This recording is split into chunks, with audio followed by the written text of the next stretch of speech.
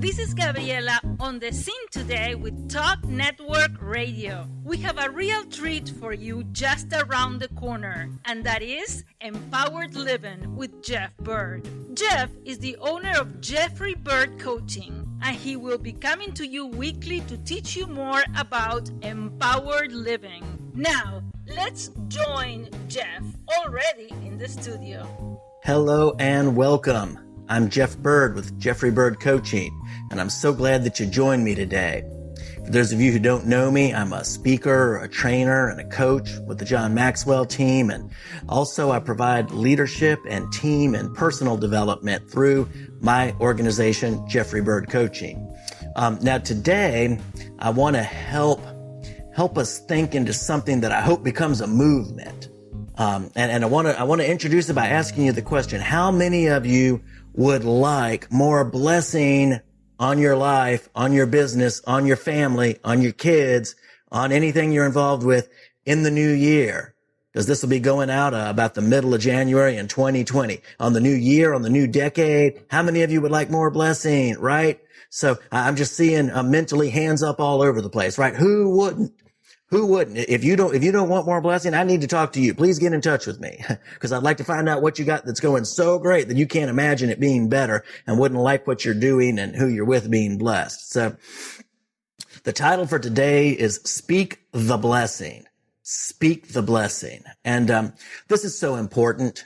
You know, think about this just mentally.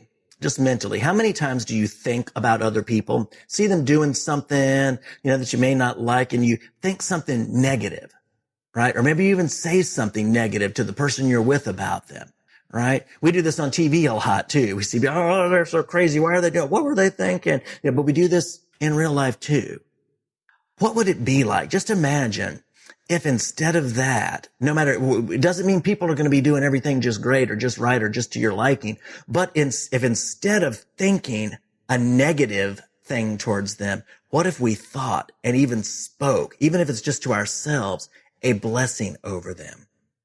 Right? Now there's a great story. This is one of my favorite stories in the Old Testament in the Bible, and I just love this. I just want to unpack it for a minute. And there's this story, and this is when the children of Israel, the camp of Israel, they had come out of Egypt. You probably remember that story, with the Charlton Heston and, in the Ten Commandments. They had come out of Egypt and they were on their way to the promised land, but they were in the wilderness. And, they were moving around, and they had a camp in this specific way that they set up their camp. And, a lot of the neighboring kings were very afraid of them.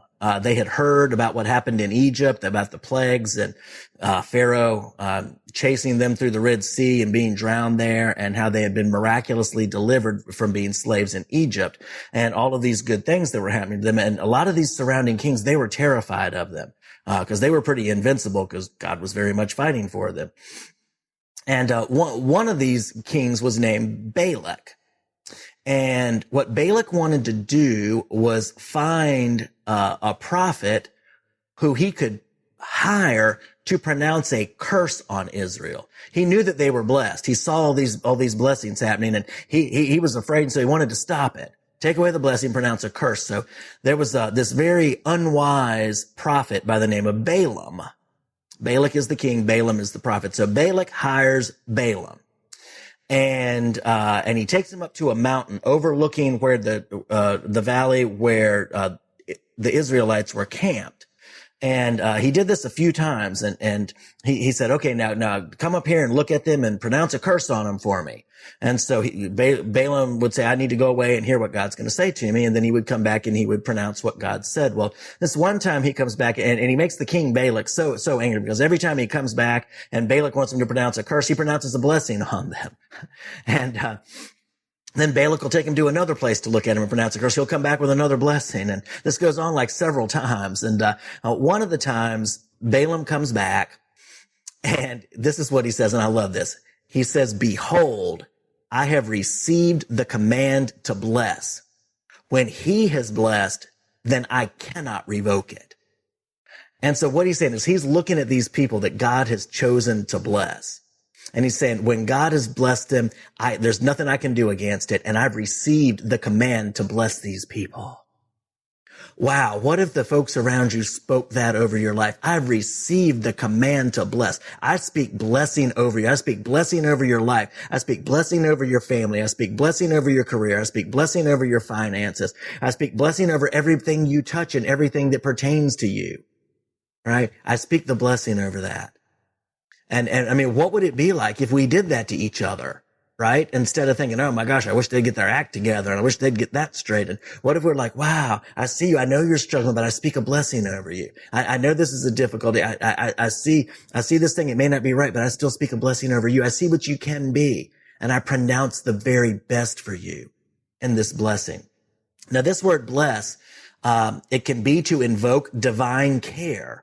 It can have a very spiritual dimension. It can mean, and it often does, in churches or even like in the passage I explained in the Bible, there's this divine sense of blessing of God caring for someone and making things better than they could make them on their own, right? It can also mean to confer prosperity or happiness on somebody.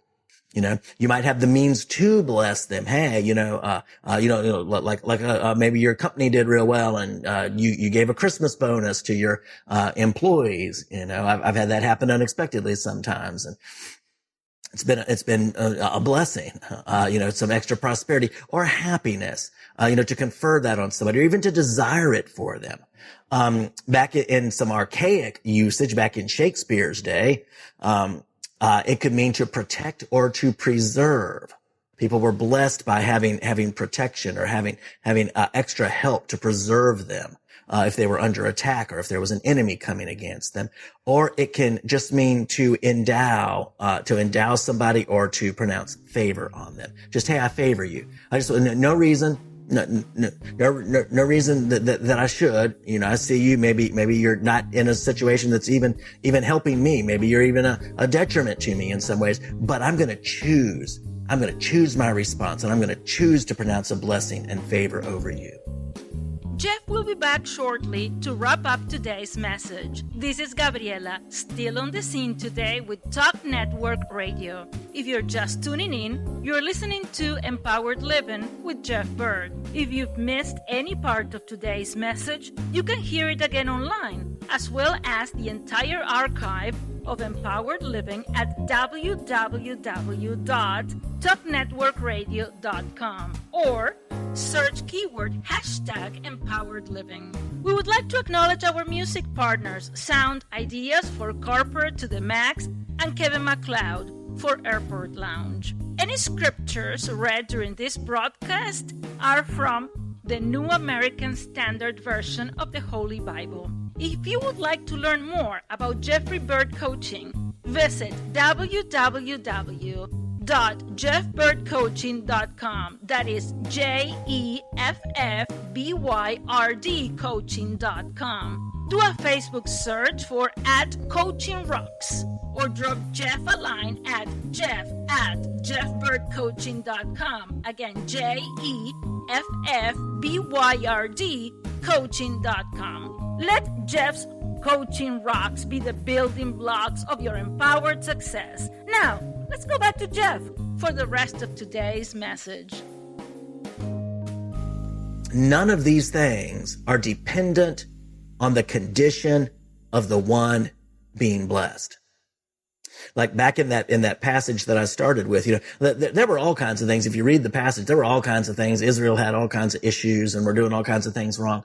But Balaam, in one of those prophecies, he says God has not observed iniquity in Israel. It means something wrong with them, a moral failure, making a mistake. He has not observed iniquity in Israel. And another thing that's very, very interesting is there were 12 tribes of Israel, but they weren't all the same size. So the three and they were encamped like this, kind of horizontally and vertically. But the tribe of Judah was by far the biggest tribe, and they were at the south end of the formation. And so when you looked at it from above, this formation with its vertical and horizontal orientation formed a cross. And that's very interesting. When Balaam was looking down and the king Balak wanted him to curse them, he looked down and he saw the formation of a cross. And then he got the word from God, I have not observed anything wrong with them. and he gave him the command to bless them. And that's very interesting. Some of you may be people of faith like me. Some of you maybe not, but I think that this is so true in my own life, and I'm so grateful for it, that when God looks at me, I think he sees a cross. And he says, therefore, because I already saw everything that would ever be wrong with you, every bad attitude, every harsh word, every major thing, every devaluing other people, every devaluing of yourself, I already saw placed on my son on that cross. And now I command the blessing over you. There's nothing keeping you from all the good anymore, because I've taken all the bad away. So, none of these blessings are dependent on the condition of the one being blessed. They can be on their best day. They can be on their worst. The blessing resides in the heart of the one doing the blessing. And when you pronounce blessing over somebody, it has nothing to do with their condition. You're saying, hey, I value you. I favor you. I want all the best from heaven for you. I want all of my best towards you, all of my best wishes, my best desires, and I give that to you. Now, I was reading an article by Dr. Jack Schaefer in Psychology Today, and he said this. He said, words cannot change reality, but they can change how people perceive reality. Words create filters through which people view the world around them. And what I would say is the word, if I say, okay, you're blessed. I bless you. I favor you. I value you, or, something to that effect. Now, that may not change your circumstance, but if it changes the way you look at your circumstances, and then you do something different as a result of looking at things differently, that can end up with a whole new set of circumstances. The words didn't change it themselves, but they changed the other person, the person you're speaking to. I mean, just an encouraging word. How much good does that do? Especially if you're having a bad day and somebody comes along and says, hey, no, I value you. Thank you so much for all your hard work. I really appreciate you. That's a blessing. That's a blessing. And that's a filter through now which we see the world around us. Maybe we were seeing everything bad. Somebody speaks a good word to us, and now we're seeing, hey, maybe things aren't so bad. Maybe there's a brighter version of this situation that I can see, that I can picture in my mind, and that I can start stepping into, right?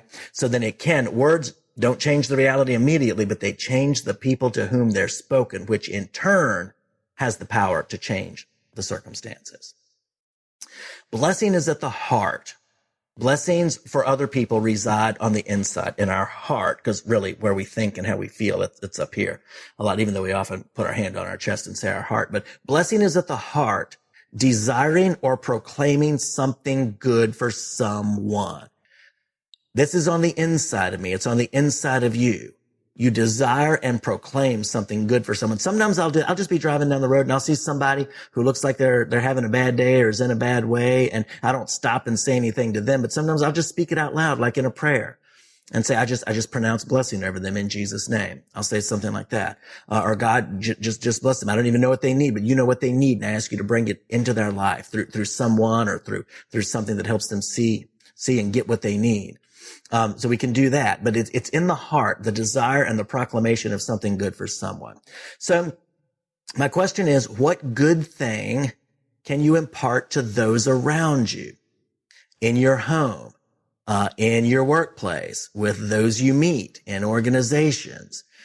What good thing can you impart? What blessing can you speak to them? And it can even be just in your desire, in your intent. You don't have to go. I mean, that might be weird or awkward, or maybe you feel moved to do it. I don't know. But at least in your intent, on the inside, you can start seeing them as people of value who you're proclaiming blessing over. And I think that shines through. Sometimes it just shines through our eyes. It just shines in the way we look at people. We just see them with worth. We see them with value. So how will that work? How will that look, rather, through your words, through your actions, through your attitudes, your thoughts, and your motives?